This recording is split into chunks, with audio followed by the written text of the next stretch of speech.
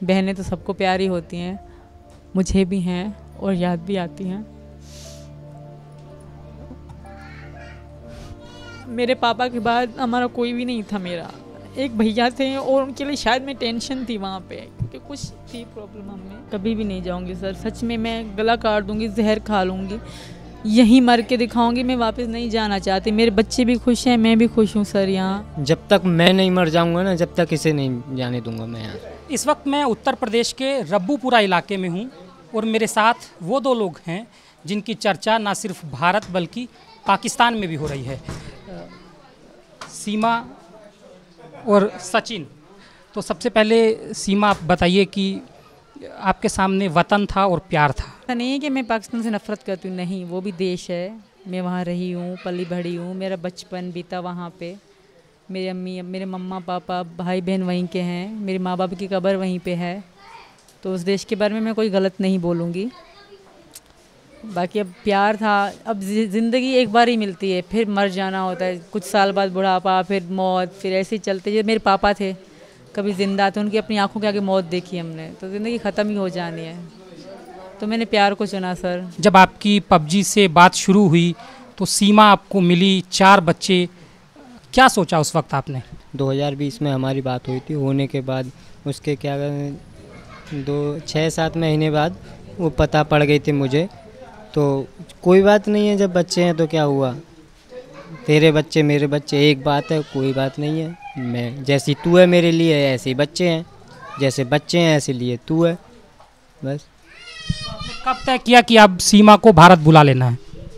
Sir जब ही तय कर दिया था 2021 में, जब हमारा प्यार शुरू हो गया था। सीमा बताइए कि जब आप गेम, आपने पबजी खेलना शुरू हुआ, पबजी पे आपको सचिन मिले, कैसे आपकी प्यार की शुरुआत हुई? हमारी सर बात होती थी, ये मुझे भारत दिखाते थे, मैं इनको पाकिस्तान। तो जस्ट फ्रेंड थे हम, तब सिर्फ खाली दोस्ती थी हमारी। ये मुझे दिखाते थे, मैं इनको दिखाती थी, ये खुश होते थे मैं पाकिस्तान देख रहा हूँ, मैं खुश होती थी मैं भारत देख रही हूँ। तो खुशी होती है ना कि दूसरे देश का बंदा आपसे बात करे, तो खुशी अलग होती है, वो बहुत अच्छी फीलिंग होती है। दूसरे देश का बंदा बात कर रहा है, तसव्वुर में कभी ज़िंदगी में नहीं सोचा था। फिल्में ही देखते थे भारत की, कोई बात भी कर रहा है, तो आधा तो यही खुशी थी इनसे बात करने की, मैं इंडिया के किसी लड़के से बात कर रही हूँ। तो इसी में मतलब होते होते हमारी बात बहुत ज़्यादा होने लगी ना, आहिस्ता आहिस्ता। पूरे दिन, पूरी रात भी हमारी बात होती रही है। तो इससे मेरी बहुत आदत सी पड़ गई, बहुत मतलब प्यार हो गया इनसे। पहली मुलाकात सचिन के साथ आपकी कहाँ हुई और कैसे आप आए? नेपाल में हुई सही। 10 मार्च को मैंने टिकट कराई थी इनके लिए।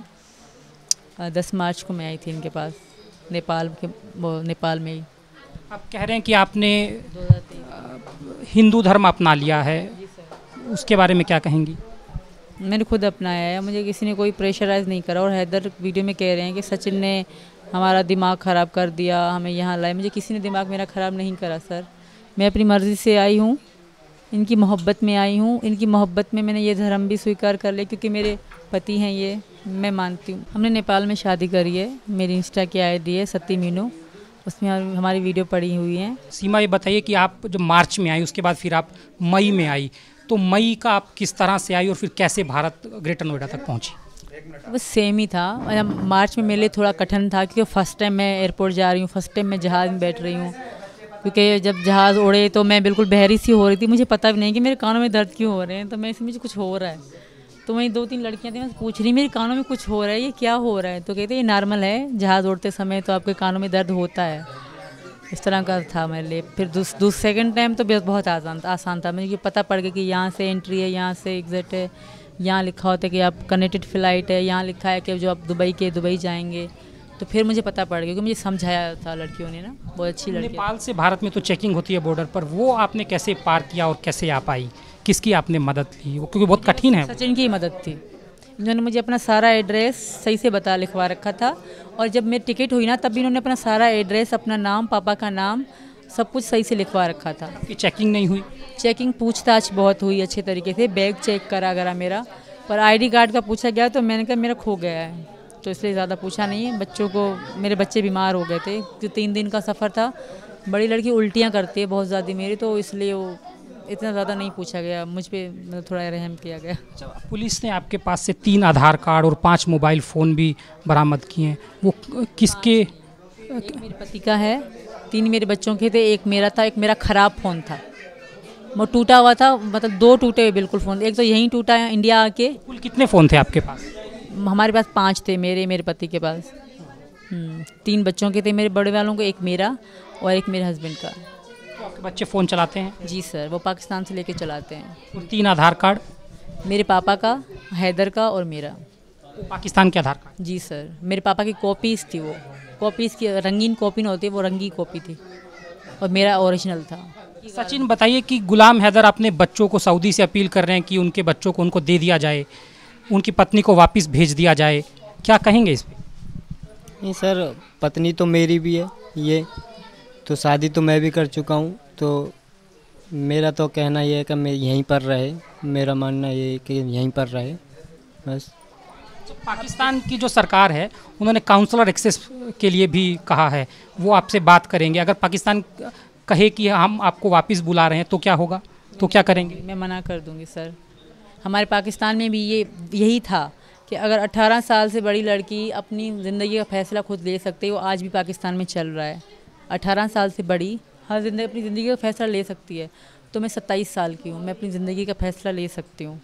और ये भी है, ये भी नहीं है कि अब मैं औरत हूँ तो मैं आदमी से तलाक नहीं ले सकती। मैं औरत भी नोटिफिकेशन भेजती है आदमी को तलाक के लिए। आपका कब करें तलाक नहीं हुआ, कोई लिखित वाला नहीं है, तो मैं कोशिश करूँगी अगर यहाँ से कोई उनको कागज़ भेज दूँ। वैसे तो मेरे पति हैं नहीं, ज़ुबानी हमारी ख़त्म हो, क्योंकि पाकिस्तान में ज़ुबानी अब भी चलता है। कोशिश करूँगी अगर यहाँ से अगर नोटिफिकेशन मतलब जाते हैं कागज़, तो मैं डिवोर्स यहाँ से मैं उनसे लेने के लिए तैयार। कोई आपकी बातचीत हुई भारत आने के बाद आपने परिवार से, भाई से, बहन से? नहीं करी, मैंने किसी से कोई कांटेक्ट नहीं करा। अच्छा, आप किराए के मकान में कराची में रह रही थी, तो आपने कौन सा मकान बेचा? गुलाम हैदर का बेचा या कोई अपना मकान बेचा? गुलाम हैदर का नहीं था, वो मेरा था सर। और हैदर को भेजने के लिए मैंने अपना सोना गिरवी रखा था। हैदर के जाने में आधा पैसे तो मेरे लगे थे, मैंने कमेटियाँ रख के इनको सऊदी अरब भेजा था।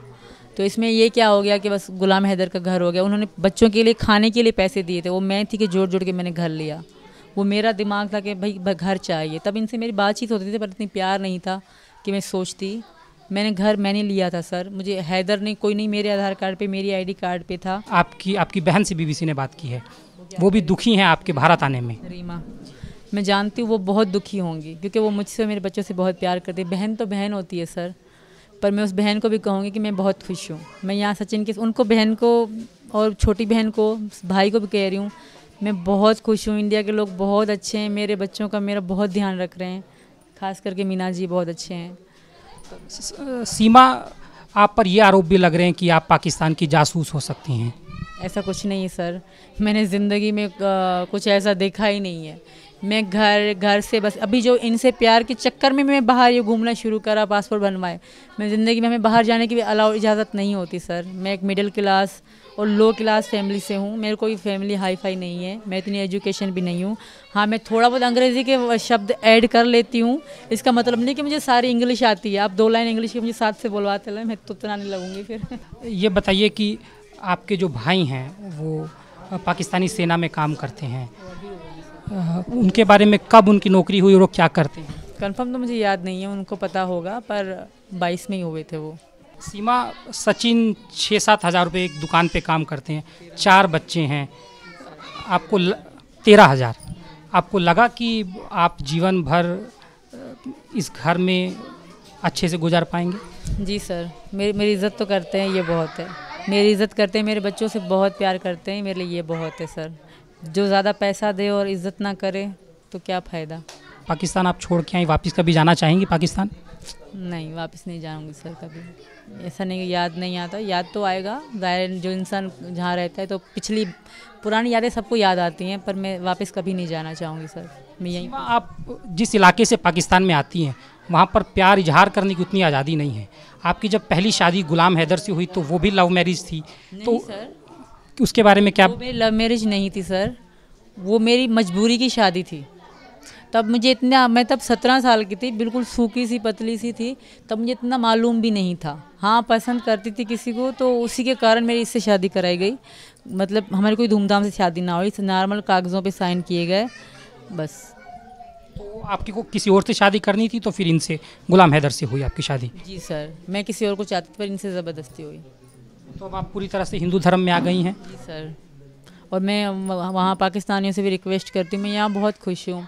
इस तरह की उल्टी सीधी बातें या उल्टी सीधी काम ना करें मेरे लिए, कि मेरे लिए कोई दिक्कत पैदा हो। मैं बहुत खुश हूँ यहाँ पे, मेरे बच्चे भी बहुत खुश हैं। हैदर से भी रिक्वेस्ट करूँगी कि भाई तुम खुश रहो, अपने वो बच्चे संभालो। मैं बहुत खुश हूँ यहाँ पे। अब आगे आपने क्या सोचा है?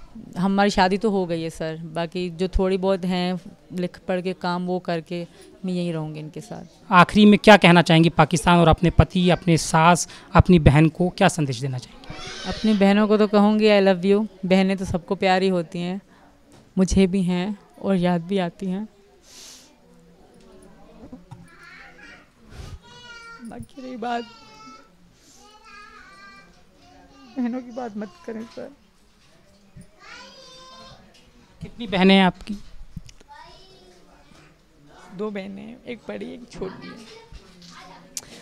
बहनों की बात मत लाएं सर। बहनें खुश हो जाएंगी अपनी शादी की। बड़ी वाली की तो शादी हो गई, उसका पति अपने मामा का लड़का है, वो बहुत अच्छा है, वो तो बहुत खुश है। छोटी वाली जो है उसके पास भाई है मेरा, वो बहुत अच्छे से ध्यान रखेगा उसका। आपने उसको पाल के बड़ा भी किया होगा, मदद की होगी। ऐसा क्या हुआ कि आपने इतना बड़ा फैसला एक ऐसे देश में जिसका तनाव है पाकिस्तान के साथ, इतना मुश्किल, इतनी हैरान करने वाली कहानी सीमा? कि मेरा कोई भी नहीं था सर, मेरे पापा के बाद हमारा कोई भी नहीं था। मेरा एक भैया थे और उनके लिए शायद मैं टेंशन थी वहाँ पे, क्योंकि कुछ थी प्रॉब्लम हमें। मेरे पापा के मर जाने के बाद मुझे गांव से मना कर दिया कि तुम गांव कभी नहीं आओगे, क्योंकि मेरे चाचा ने ही करा था।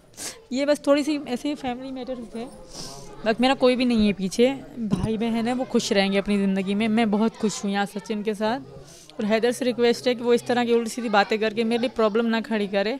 अगर वो मुझे सच में ही इतना पसंद कर रहा है तो मुझे खुश रहने दे बस। पाकिस्तान सरकार का भी दखल, उन्होंने काउंसलर एक्सेस की बात कर रहे हैं, वो तो आपको अगर बुला लेंगे तब आप क्या करेंगे? मैं मर जाऊंगी, यहाँ ख़त्म हो जाऊंगी, मैं वापस नहीं जाऊंगी। मेरा वापस कुछ भी नहीं है, किसी भी तरह से वापस नहीं जाएंगे? कभी भी नहीं जाऊंगी सर। सच में मैं गला काट दूंगी, जहर खा लूँगी, यहीं मर के दिखाऊंगी। मैं वापस नहीं जाना चाहती। मेरे बच्चे भी खुश हैं, मैं भी खुश हूँ सर। यहाँ मैं वापस किसी सूरत में नहीं जाना चाहती। सचिन, आप एक बात आखिर में बताइए कि अगर पाकिस्तान कह दे कि अब तो सीमा को आना पड़ेगा, क्योंकि ये पाकिस्तान की नागरिक भी हैं, तो आप क्या करेंगे?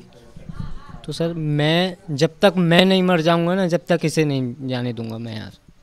मेरे मरने के बाद जो इसका साथ करो, जो हमारी भारत सरकार करे, जो पाकिस्तानी सरकार करे, जो करना करना।